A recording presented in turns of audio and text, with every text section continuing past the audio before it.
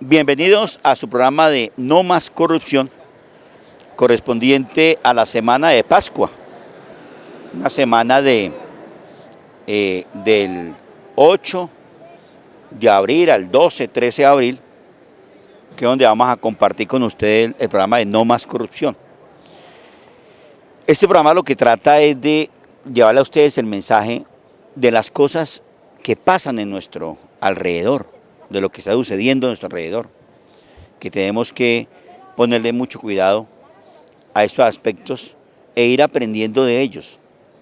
Uno de los puntos básicos es lo que tiene que ver con la justicia, la equidad.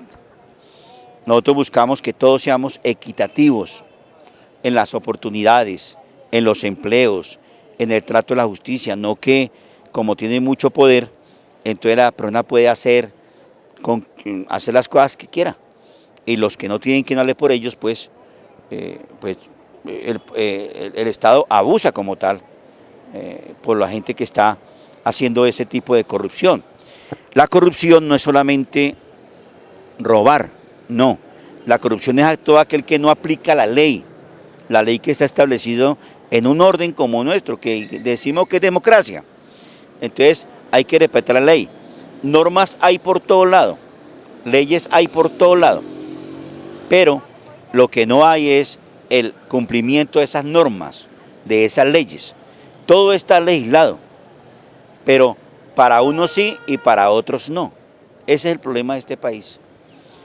Por ejemplo, para los magistrados, lo que está demostrado es que las leyes poco lo tocan.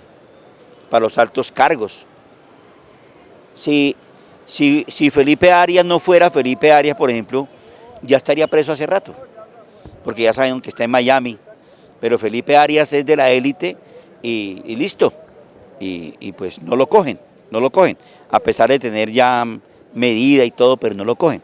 Entonces así mismo pasa con todo, cuando cogen a un tipo es porque ya se excedió de la medida, entonces ahí sí le aplican. Por ejemplo, mire, vamos a tratar unos temas hoy que tienen que ver con el abuso hacia las niñas.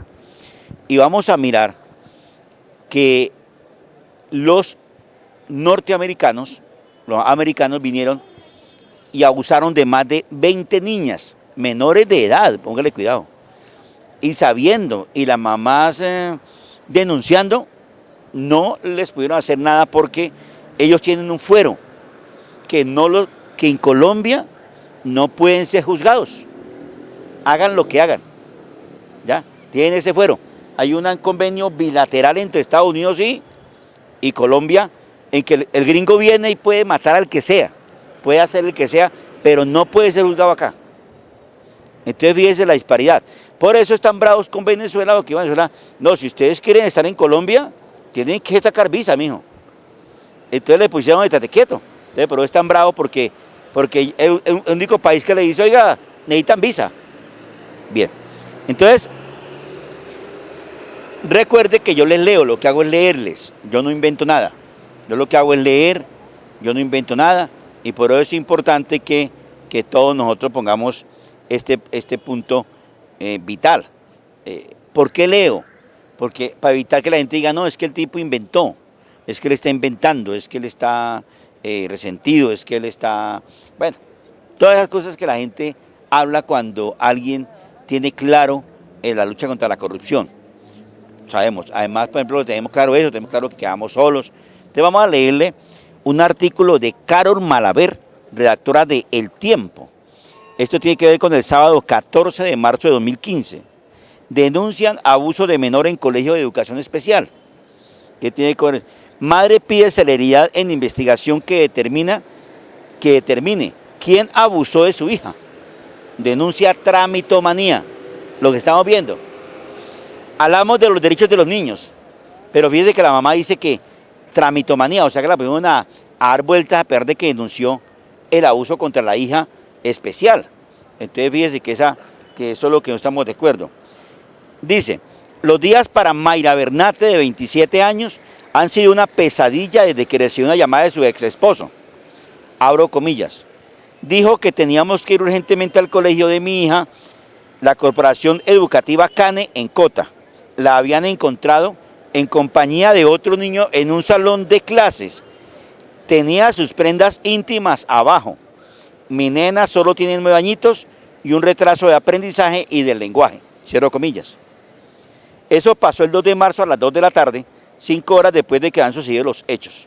Esta joven madre se descompuso, su jefe tuvo que acompañarla. Abro comillas.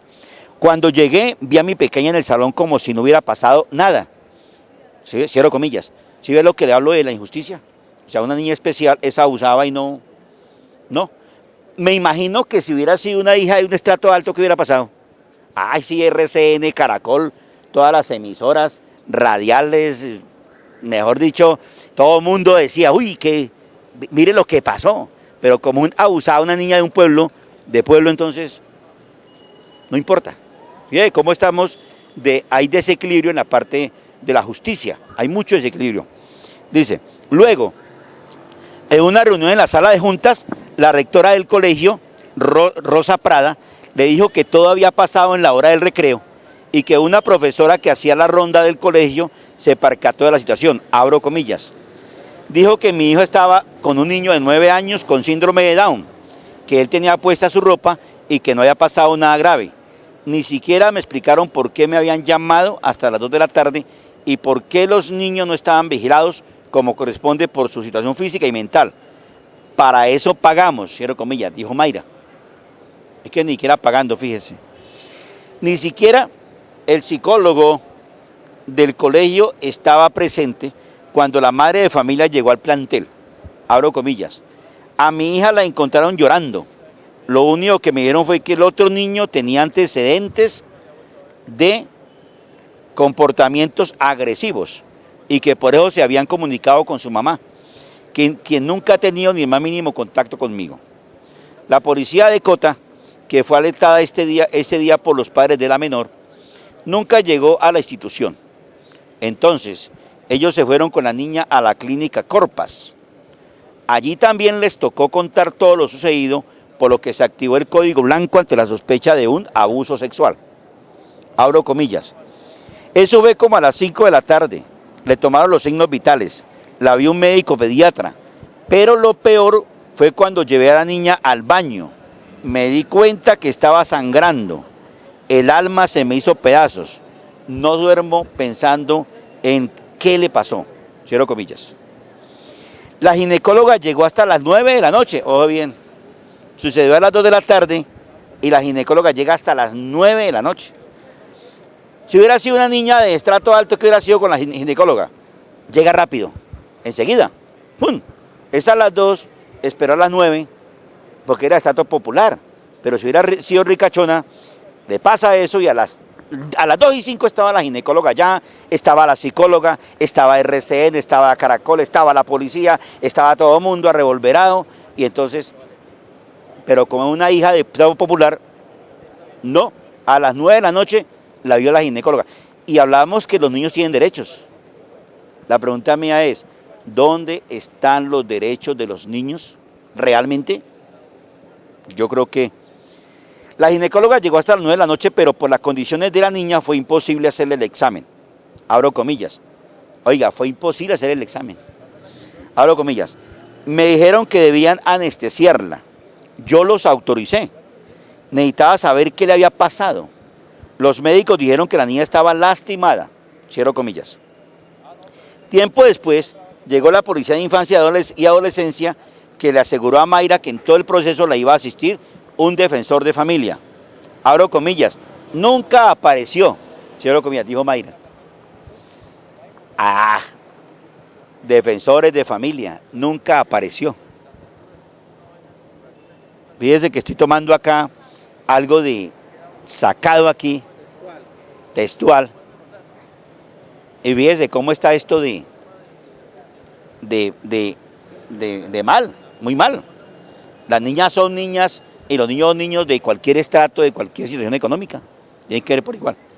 Solo hasta las 10 de la mañana del día siguiente hubo un anestesiólogo disponible para hacer el procedimiento y darle paso al examen ginecológico. Abro comillas. Me lo confirmaron. Sí había sido abusada. La niña quedó hospitalizada hasta el miércoles 4 de marzo. Fíjate lo que nosotros decimos acá, o sea, esto es para que la gente reflexione sobre los diferentes tratos que hay en todo sentido. Hay diferentes tratos. Y así una sociedad nunca puede llegar a hacer paz cuando hay unos que todo lo tienen, la justicia llega, pero hay otros que no. En la sede de Suba del Instituto del ICBF, la atención fue eterna y solo sirvió para que le dijeran a la madre de familia que con esa información se abría una carpeta y que ellos le avisaban cuando hablaran con el colegio. Abro comillas. Me advirtieron que si queríamos terapia con un psicólogo, debíamos esperar 2 meses. Cierro comillas. Bienestar familiar. Y después se ponen bravos porque uno les dice la verdad. Esperar 2 meses. Bueno. Hoy, con los exámenes de medicina legal y una denuncia en la fiscalía contra el colegio, los padres de familia, los padres de la niña, no saben qué fue lo que sucedió ese día. Abro comillas. Mi niña está triste. Ya no sería capaz de volverla a dejar en un colegio. Me siento sola, sin el apoyo de alguna institución. Y el apoyo de alguna institución. ¿Ya? Sola. Entonces fíjese cómo la aplicación de la justicia es muy cambiante. La señora no sabe qué hacer. Y es una niña. Y casos de eso tengo por montones, oiga. Dice, abro comillas, pido perdón, cierro comillas. Rosa Prada, rectora del Colegio Corporación Educativa CANE, le dijo al Tiempo que trabaja hace 32 años con estudiantes en situación de discapacidad cognitiva. Explicó que ese día lo normal era que los niños tomaran su descanso, no sin antes sacar la lonchera para consumir los alimentos. Abro comillas. La docente a cargo me dijo que los salones estaban desocupados. No sabemos en qué momento los niños entraron solos al salón. Fue en cuestión de segundos, un descuido mínimo. Es que eso pasa con los niños. Los niños en un segundo, después se pueden ahogar, después de pasar cualquier cosa en un segundo. Y la gente que maneja a los niños sabe que eso es cierto, que eso es verdad. Agregó que cuando se percataron del asunto, actuaron de forma inmediata y que la madre del niño implicado entró a terapia con el psicólogo. Abro comillas. Ella casualmente estaba ese día en el colegio. Hablamos sobre los problemas de comportamiento del menor que tiene síndrome de Down. Su mamá estaba preocupada. Mientras eso pasa, tranquilizamos a la niña y ella siguió con su rutina. La rectora de la institución acepta que cometió un error al solo comunicarse con uno de los teléfonos que estaba registrado en la agenda de contactos. Abro comillas. Yo llamé en repetidas ocasiones al papá de la niña, pero no me contestó. Luego encontré el teléfono de la mamá y la llamé. Fuimos cuidadosos de no tocar a la niña, solo de tranquilizarla. Cierro comillas. La rectora de la institución dice que ya puso los hechos en conocimiento de la Comisaría de Familia de Cota, así como en la oficina del Instituto de Bienestar Familiar de Suba. Abro comillas. El dolor de esa mamá debe ser terrible. Le quiero pedir perdón. Fue un descuido mínimo. Cierro comillas. Es lo que dijo la rectora, ¿no? Pese a las versiones de ambas partes expuestas anteriormente, será una investigación formal por parte de la Fiscalía la que determine qué responsabilidad tiene cada una de las partes en este suceso. Caso en Colombia. Según el Instituto Nacional de Medicina Legal, en lo que ha corrido del año se han realizado un total de 41 exámenes médicos legales por presunto delito sexual en centros educativos. Entre enero y febrero de 2015, en ese mismo lapso, la institución ha registrado que en 23 de los casos el agresor ha sido el profesor y en 12 casos un compañero de estudio. Oiga señores, en 23 casos un profesor y en 12 casos un compañero de estudio. O sea que el agresor es ¿quién? La mayoría de veces, el profesor. Ahí es cuando yo le digo a todo el mundo que se ponga pilas cuando un profesor deja a mucha gente. pilas. Ahí es cuando los profesores que van por, no digo que son todos, pero ahí es cuando un profesor asusta al estudiante, porque el estudiante cree que le van a pegar, que le van a pascar en la casa, que lo van a echar de la casa, asusta al estudiante, lo deja para ver el estudiante qué va a hacer. Entonces fíjense que tenemos que estar muy pendientes de ese proceso. Cuando un profesor o profesora le guste dejar muchos estudiantes, eso que le gusta dejar que la mitad les quede, alarmas padres de familia, mucha alarma, o bien.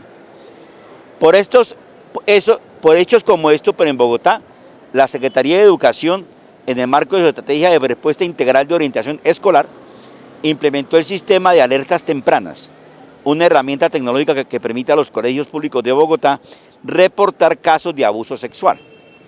No se sabe qué mecanismos se activan en los colegios privados, ni en las instituciones de educación especial, tampoco quién vigila que los colegios sepan cómo actuar en estos casos.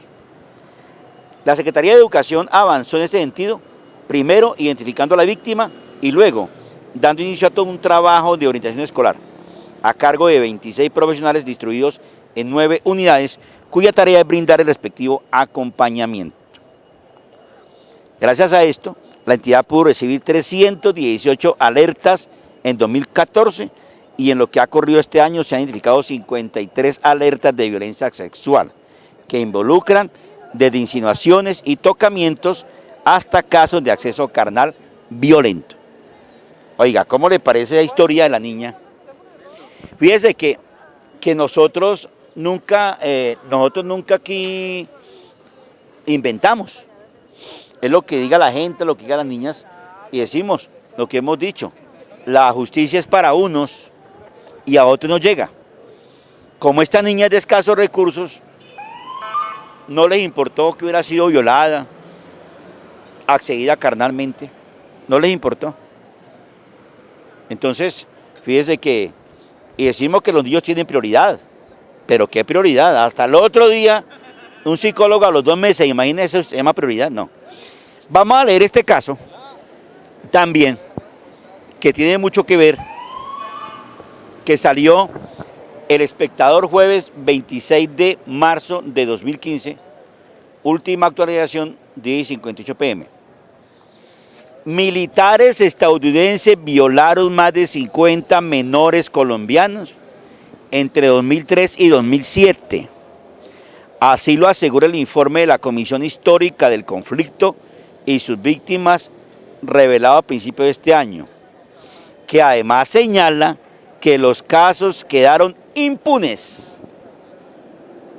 Ojo bien, el tiempo. Los gringos, los norteamericanos pueden venir aquí, violar nuestras hijas, menores de edad, las mamás y papás los denuncian y no se puede hacer nada por legislación. Les voy a leer aquí. Recuerde que El Espectador, jueves 26 de marzo de 2015. Soldados y contratistas militares de Estados Unidos abusaron sexualmente al menos de 54 menores de edad en Colombia entre los años 2003 y 2007, según un informe de la Comisión Histórica integrada por la Gobierno Nacional y las FARC.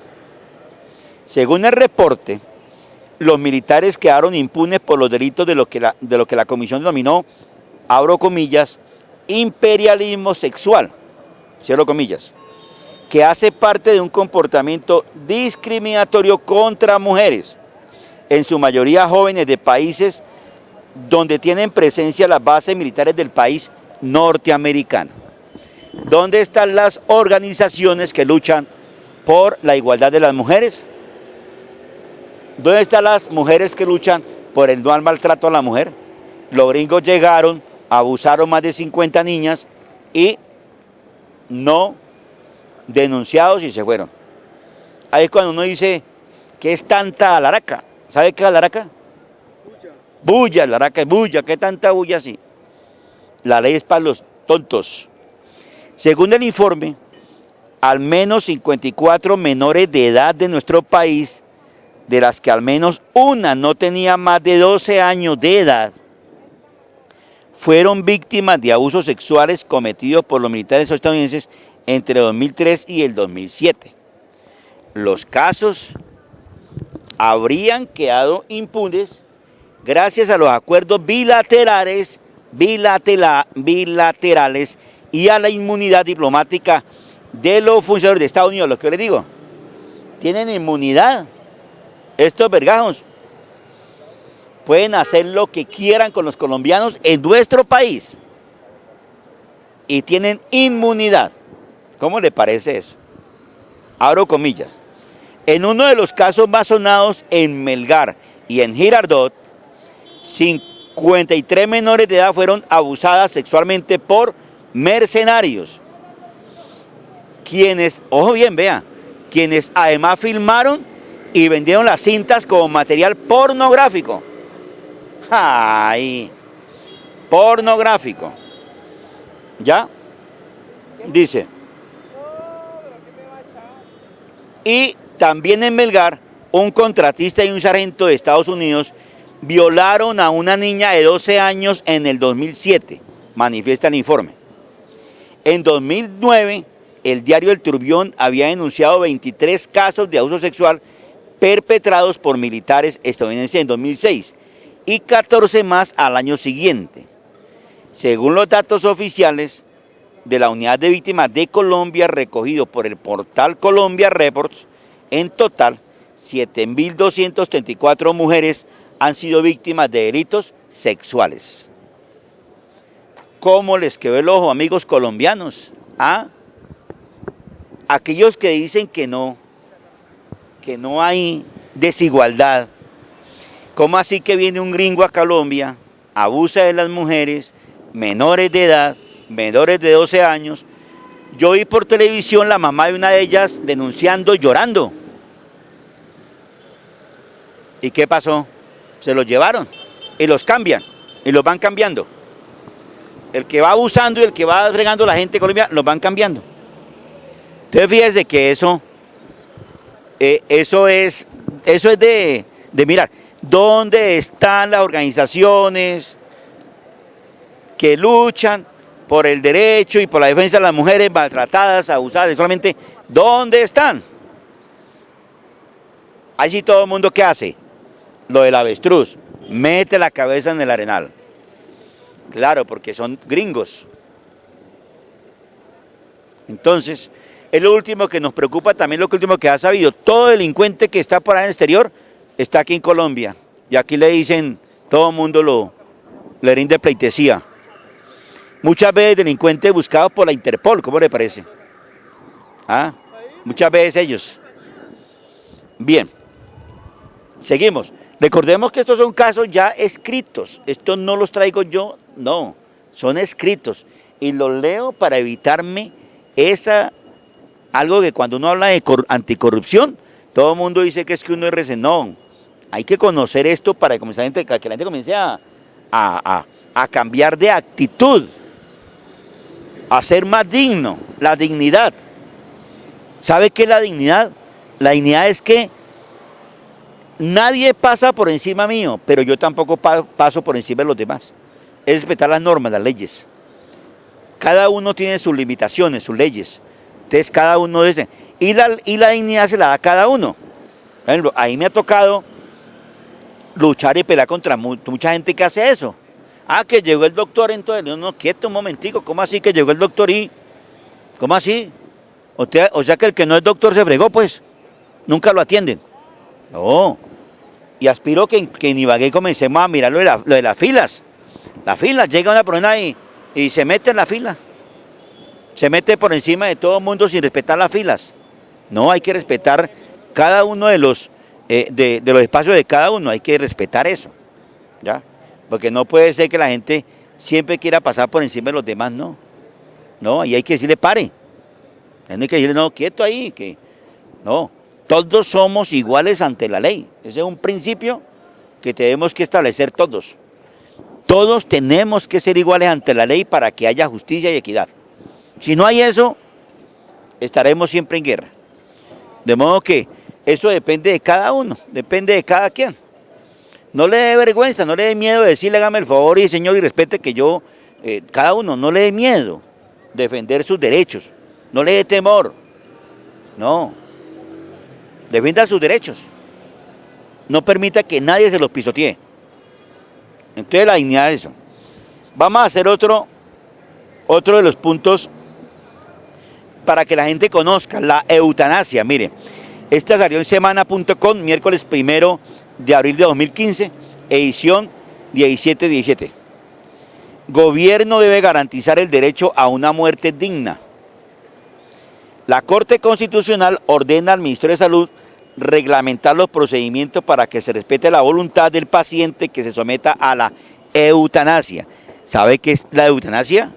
Sencillamente es uno pedir la muerte. Después están hablando que los presos de más de 40, 50, 60 años quieren que el Estado les deje que ellos sean autónomos para decir, oiga, venga, la eutanasia porque yo que hago aquí, tengo 40 años y me metieron 50, 60, salgo a los 80 años de acá de la cárcel y ¿para dónde cojo?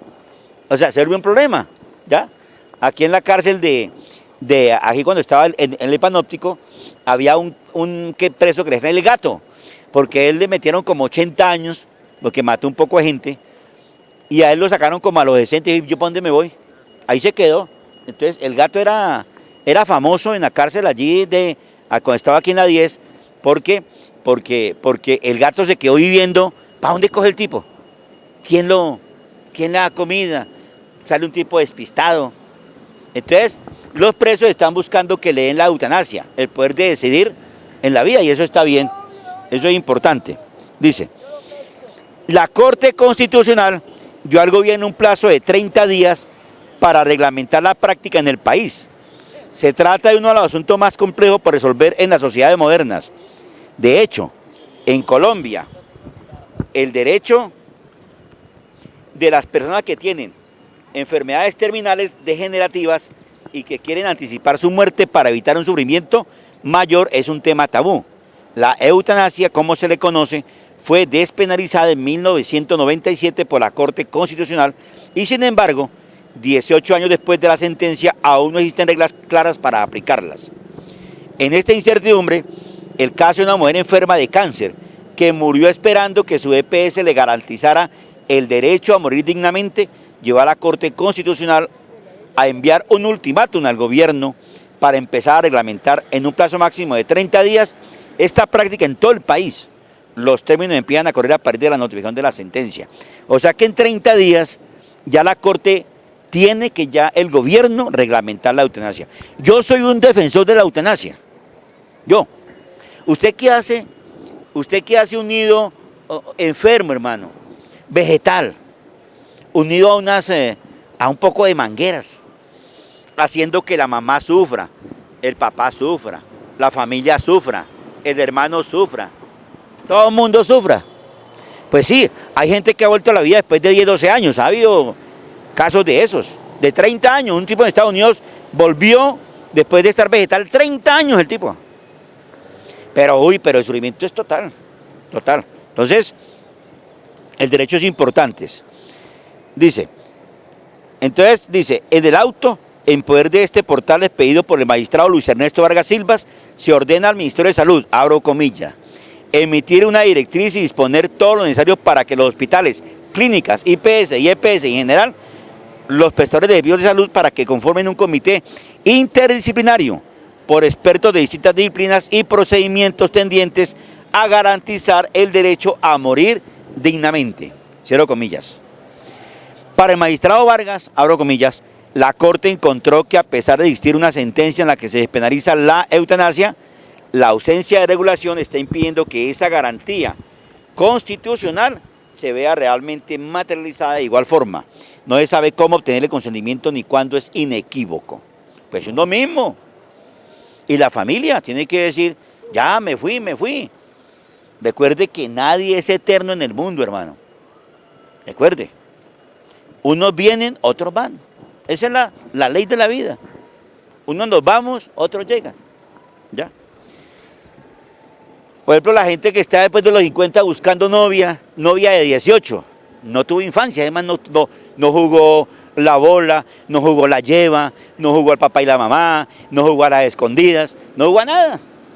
No, ya usted tiene que estar pensando en cómo se va para el otro lado ya, de cómo vivir sabroso, viajando.